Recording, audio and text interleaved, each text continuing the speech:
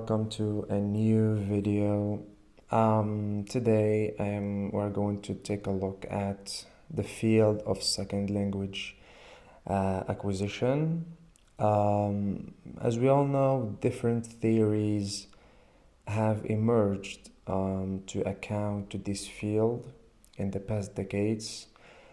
Some have evolved and some have faded from prominence. One of them is the behaviorist structuralist approach, which marked this field, and it has been influential, especially in classroom instructions. So one of these, we can call them methods, is the audio-lingual method. So this method brought as a first method that is based on behavioral psychology and structuralism. Well, and I already explained this in the second video, the history of teaching English as a foreign language. You can check it. So behaviorism stems from the work of Pavlov and with his classical conditioning, as we all know, the famous experiment of the dog, and also with Skinner, with operant conditioning, in which he talked about the reinforcement and the punishment and the role of these two in learning. The behaviorism neglects the role of internal processes by focusing on the external factors in the environment, which is the stimuli, and our reaction to those factors, which is the response, is what matters in this model. So it's about the stimuli and the response. When we analyze Pavlov's experiment, we can tell that frequency, or we can say repeated exposure, plays an important role. It's each time an organism makes a response to a certain stimulus, the association between the stimulus and response gets strengthened.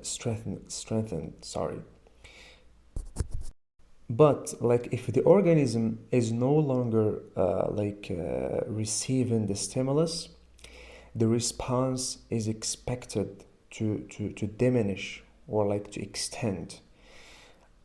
Similarly, in language learning, the repeated trials, which we call drills, increase the associations. On the other hand, we have operant conditioning by Skinner, as I mentioned before. He claims that learning new behaviors is related to reinforcement.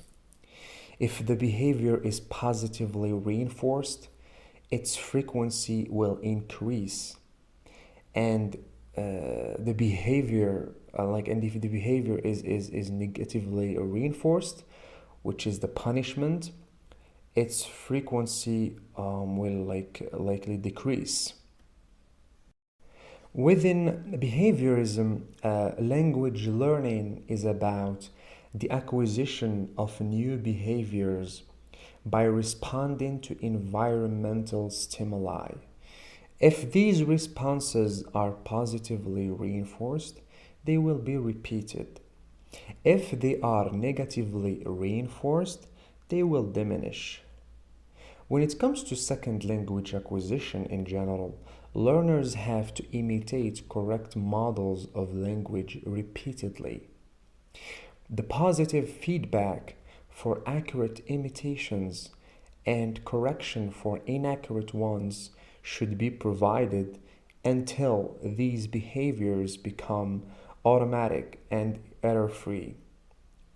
Second language acquisition is about habit formation. But the acquisition of an L2 is obstructed by L1, which means like your mother tongue affects on the acquisition process of your L2. This lack of success is due to the transfer between languages. This phenomenon happens when a learner relies on his L1 in attempting to produce the L2. The difference between the L1 and the L2 controls the process of transfer. And this was determined within what we call the contrastive analysis hypothesis that was created by Ledoux. If the languages were close, it was predicted that a positive transfer will occur.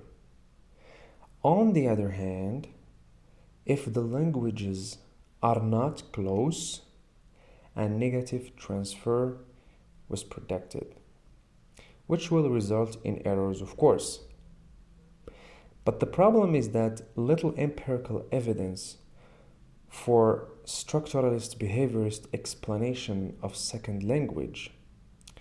Therefore, even the L1 is an important factor in second language acquisition. It does not constitute an argument for this approach.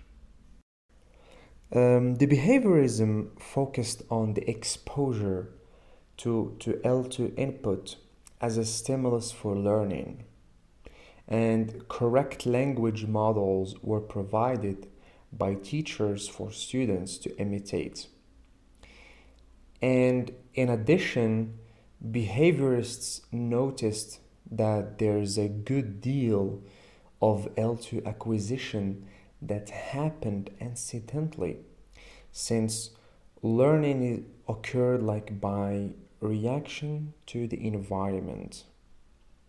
So second language acquisition outcomes were different due to first of all the diversity of mother tongues, and second the diversity of the environmental stimuli.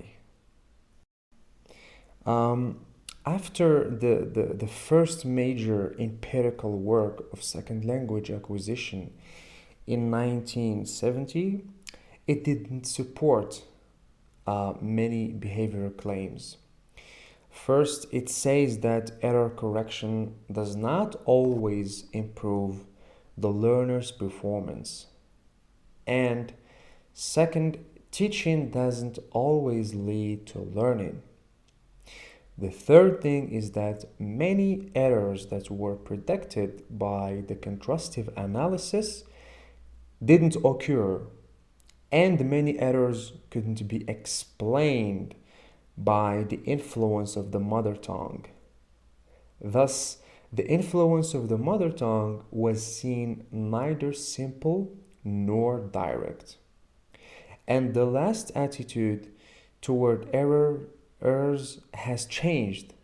It was considered as an evidence of learning in progress, and it was seen as a necessary step in language learning process, which it didn't exist within behaviorism. So that's it, guys. I hope you liked this video. I hope I was brief enough and I clarified for you the behaviorist school audiolingual method when it comes to second language acquisition. If you liked the video, give it a thumbs up, press the subscribe button, and see you in other videos, inshallah.